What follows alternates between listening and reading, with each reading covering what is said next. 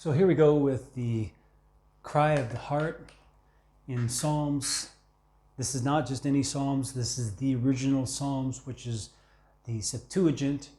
It's an English translation of it. You can find it on our website under the Old Testament. We left off in chapter 44, so we're on chapter 45.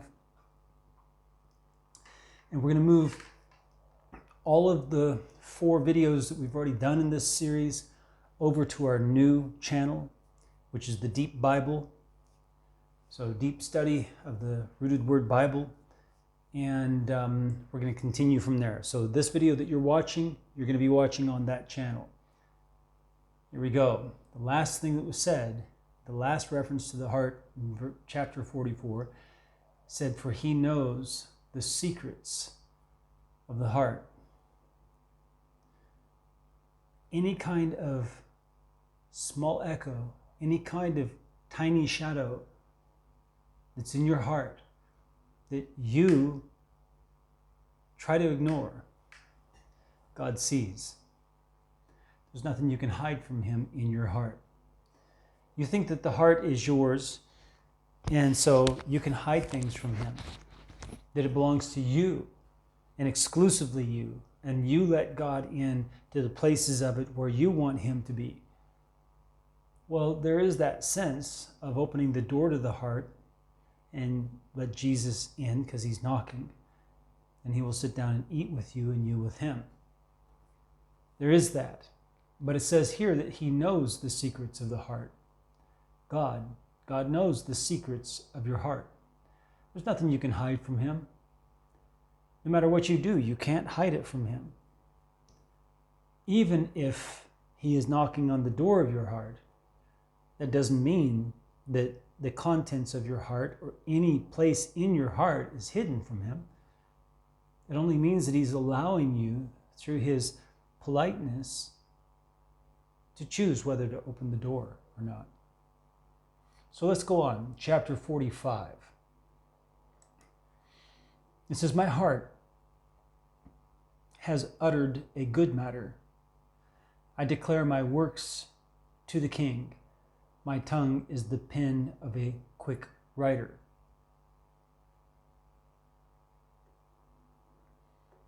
Okay, let's go on to the next one. That was verse 2. This is verse 6. "Thy weapons are sharpened, mighty one. The nations shall fall under thee. They are in the heart of the king's enemies. Thy throne, O God, is forever and ever. The scepter of thy kingdom is a scepter of righteousness." Let's keep going. Chapter 49. So we skipped a few because there's no mention of the heart in them. Verse 4, 49:4. "My mouth shall speak of wisdom, and the meditation of my heart shall bring forth understanding." So let's go back a little bit. It says, "Hear these words, all ye nations. Hearken, all ye that dwell upon the earth. Both the sons of mean men and sons of great men, the rich and poor man together."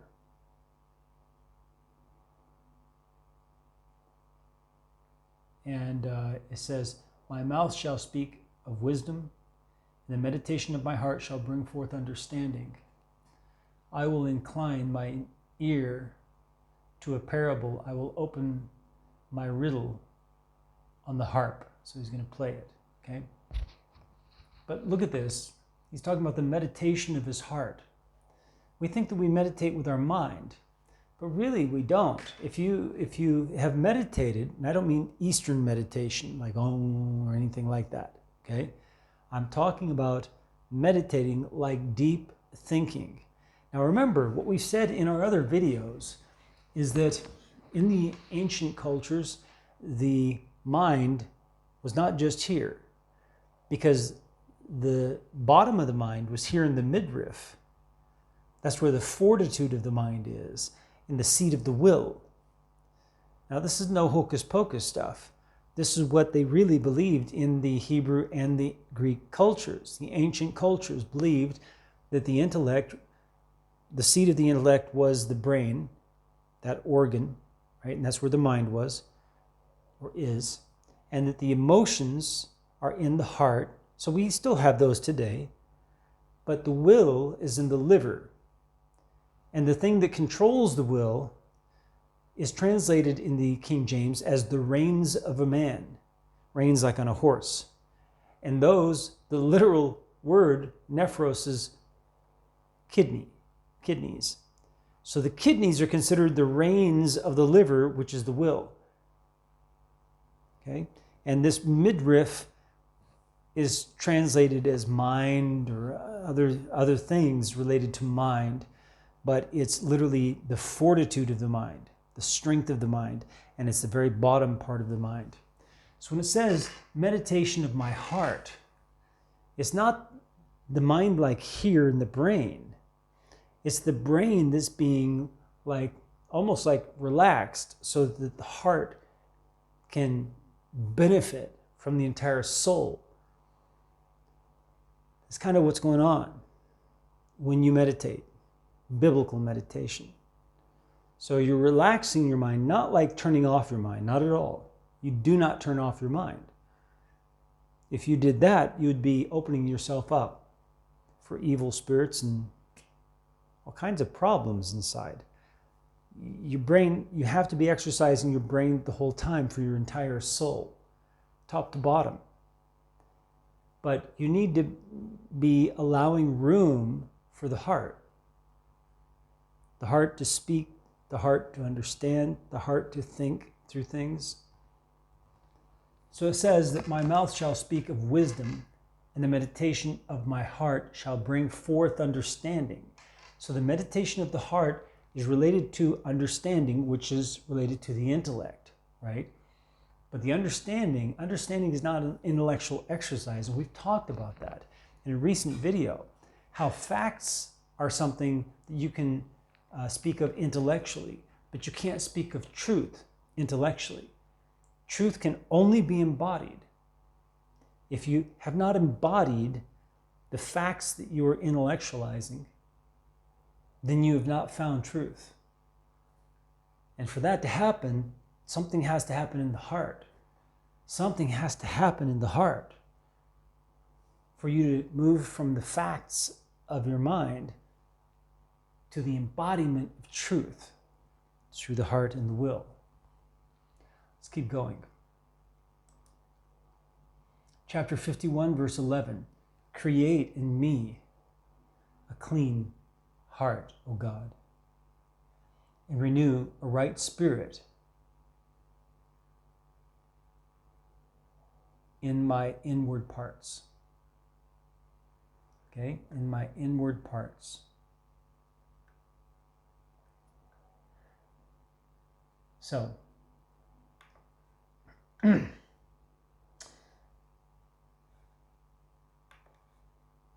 the clean part is what I'm looking up here. Clean or pure. Okay, and it comes from the same kind of word as to purge. And then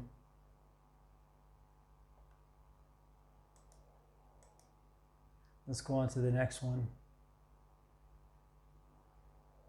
Next one is chapter 51, verse 18. Sacrifice to God is a broken spirit.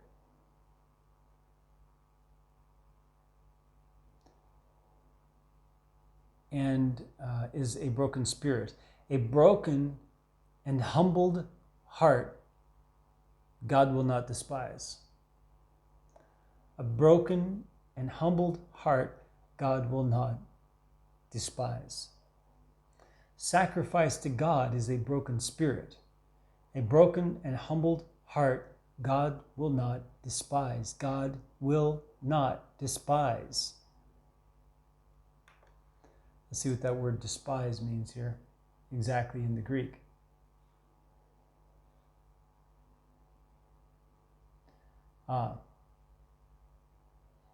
He will not treat it as it's nothing. It's despise. It's actually correct this time. Okay? All right, let's keep going. Chapter 53, verse 2. The fool has said in his heart. So there's that voice again. Remember, we talked about the voice in the heart. And you can see this working itself out in a person's life. And it can be a positive voice or a negative voice. In this case, a negative voice, a fool. The fool has said in his heart, there is no God. They have corrupted themselves and become abominable in iniquities. There is none that does good. Now, you hear them quoting Paul about this, but this is not about everyone. It's not about everyone. The context is it is about all of those who say there is no God. All those who say there is no God have become abominable and corrupted themselves in their iniquities. And there is none of those who say there is no God that does good. Okay? So you've got to keep things in context. And I know that reading Paul, quoting just that last part, people don't go back and look at it in context in the Old Testament to understand what Paul's saying. Because Paul's not saying something different with it. He's saying the same thing. Let's keep going. It's used by the apostate church to say that we can't stop sinning. But this is talking about those who are sinning, who are and specifically saying there is no God. If you say there is no God, of course you can't stop sinning.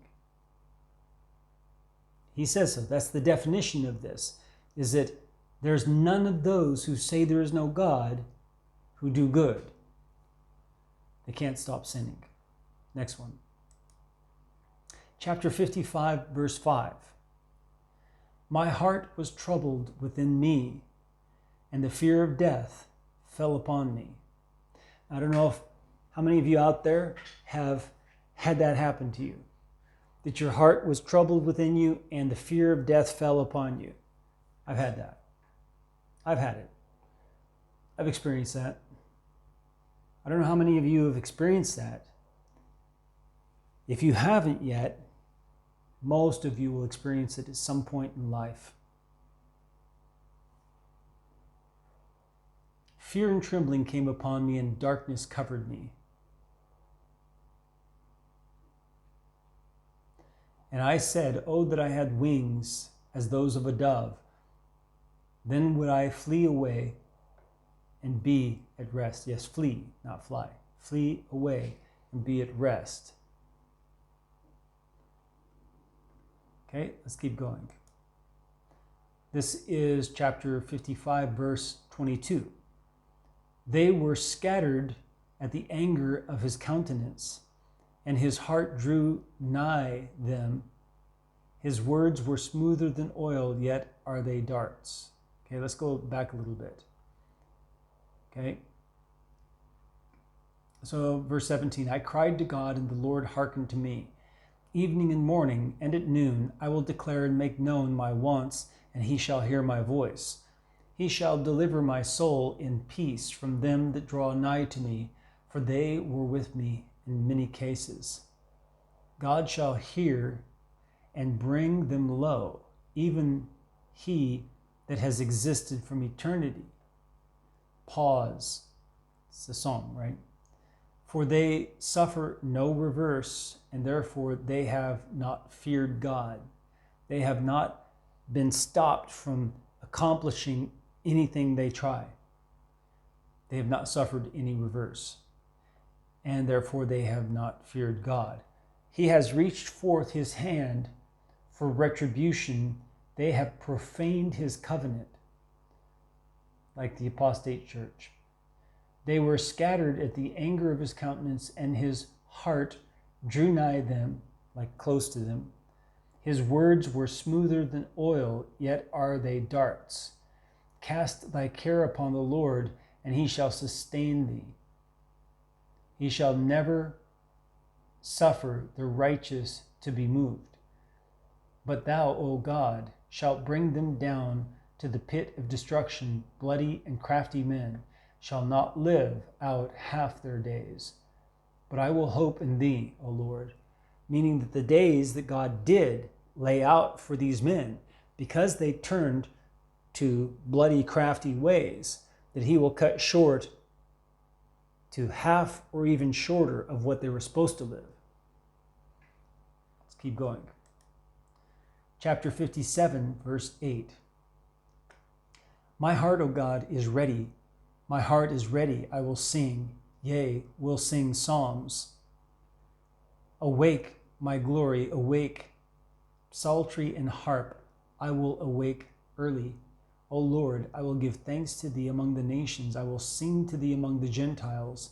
The Gentiles. For thy mercy has been magnified even to the heavens, and thy truth to the clouds. Be thou exalted, O God, above the heavens, and thy glory above all the earth, that all men may see it, and hear of it. Let's keep going.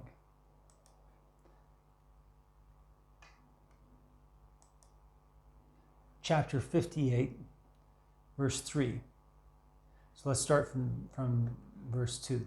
If ye do indeed speak righteousness, then do ye judge rightly, ye sons of men.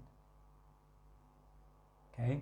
If you do indeed speak righteousness, then do you judge rightly, ye sons of men. For ye work iniquities in your hearts in the earth. Your hands plot unrighteousness. Sinners have gone astray from the womb. They go astray from the belly. They speak lies. Their venom is like that of a serpent, as that of a deaf asp, and that stops her ears from hearing truth and warning, which will not hear the voice of charmers, nor heed the charm prepared skillfully by the wise. God has crushed their teeth in their mouth. God has broken the cheek teeth of the lions. Okay, let's go to the next reference of heart. Chapter 61, verse 3. So we'll start in 2. O God, hearken to my petition, attend to my prayer. From the ends of the earth have I cried to thee. When my heart was in trouble, thou liftest, that's what it says, E-D-S-T. Thou liftest me up on a rock. Thou didst guide me, because thou wert my hope, a tower of strength from the face of the enemy. I will dwell in thy tabernacle forever. I will shelter myself under the shadow of thy wings. Next one. But notice, when my heart was in trouble. And we mentioned that earlier. So chapter 62, verse 5. They only took counsel to set at naught mine honor. I ran in thirst. With their mouth they blessed, but with their heart they cursed. With their mouth they blessed, but with their heart they cursed. Again, that duplicity that we saw earlier, where the truth of the heart is the true person.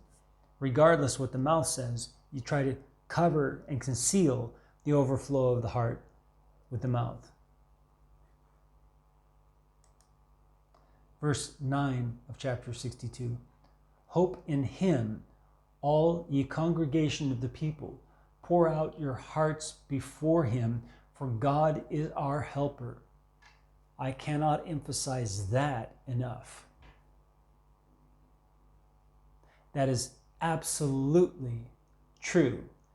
You say, oh, Ron, have you embodied it? Absolutely, I have. And absolutely, I do. Every day, not an exaggeration, every day, all day long, throughout the day, I am pouring out my heart before God. And I'm saying you should too. Pour out your heart before God. Pour out your heart before God. Don't hold back anything. Pour out your heart before God.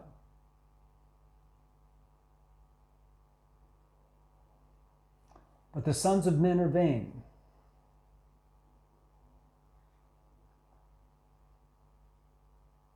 The sons of men are false. It says vain and false. And that word vain is a similar word.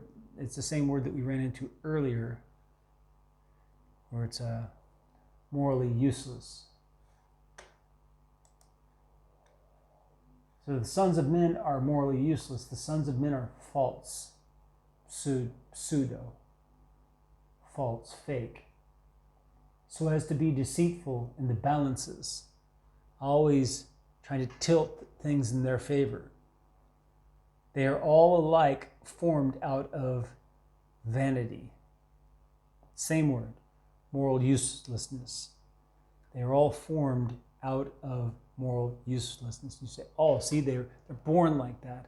No, it says formed out of that. This moral uselessness is what they're taught. They're trained in. Let's keep going with references to the heart. We're in chapter 64, verse 7. It says, they have searched out iniquity. They have wearied themselves with searching diligently. And a man shall approach, and the heart is deep. And God shall be exalted.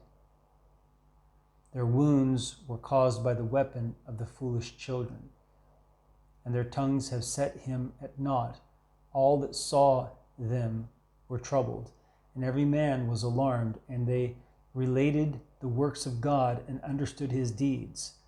The righteous shall rejoice in the Lord and hope on him, and all the upright in heart shall be praised.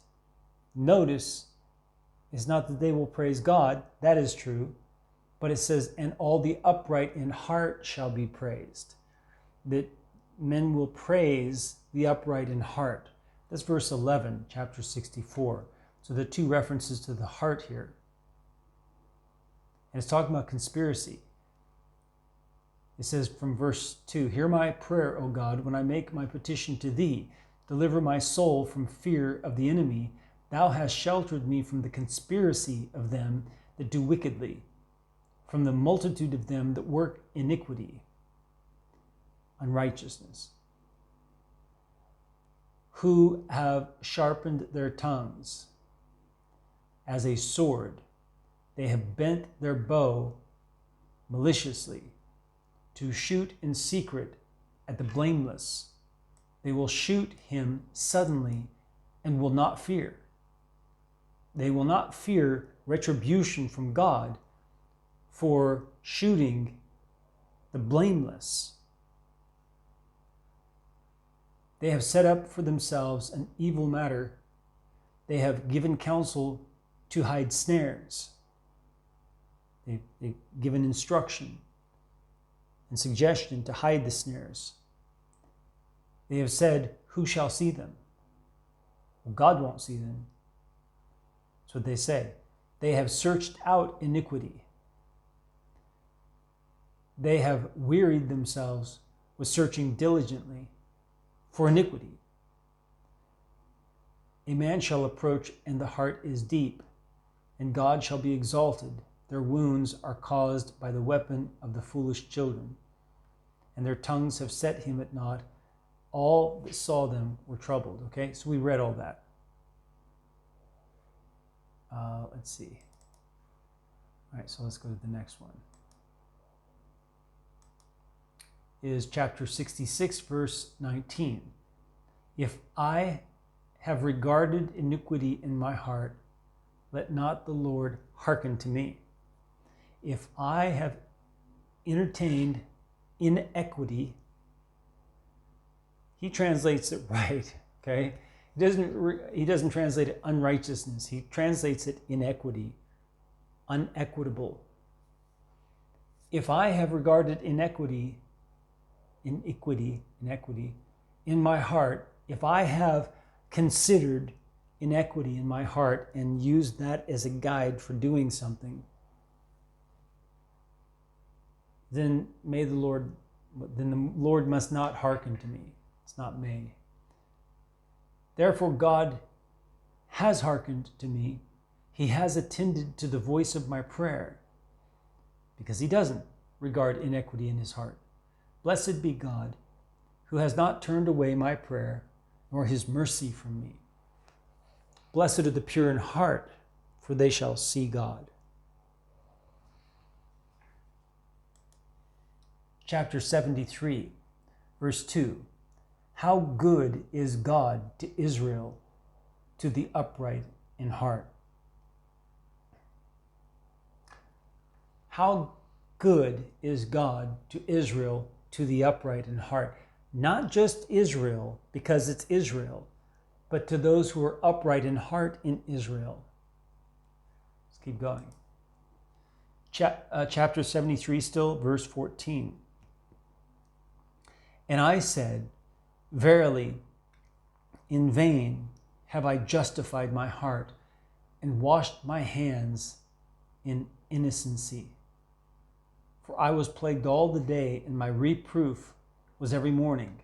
All right, let's go back a little bit, because this sounds quite different, okay? So it says, verse 11, therefore shall my people return hither, like back here, and full days shall be found with them. And they said, how does God know? And is there knowledge in the Most High? They're philosophizing. Behold, these are the sinners, and they that prosper always, they have possessed wealth. And I said, verily in vain have I justified my heart and washed my hands in innocency.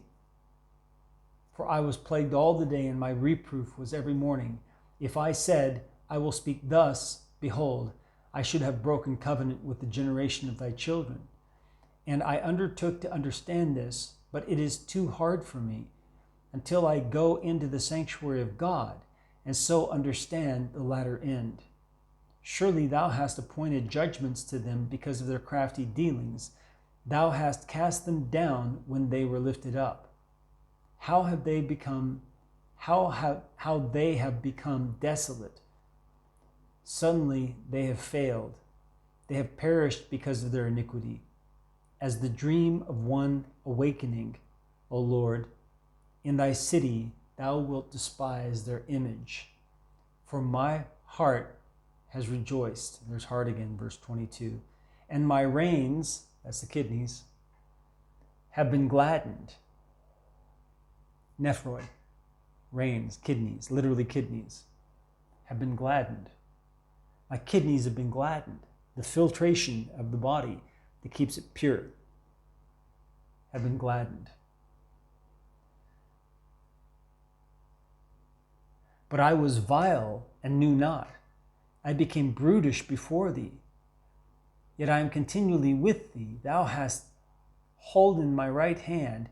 Thou hast guided me by thy counsel, and thou hast taken me to thyself with glory. For what have I in heaven but thee? And what have I desired upon the earth besides thee? Here's the next reference to heart, verse 27. My heart and my flesh have failed, but God is the strength of my heart, and God is my portion forever. For behold, they that remove themselves far from thee shall perish. Thou hast destroyed every one that goes a whoring from thee, looking for something else to worship. But it is good for me to cleave close to God, to put my trust in the Lord, that I may proclaim all thy praises in the gates of the daughter of Zion. And I think we'll end it right there this time. It's beautiful. What we're hearing about the heart is beautiful. May the Lord bless you as you seek him with all your heart.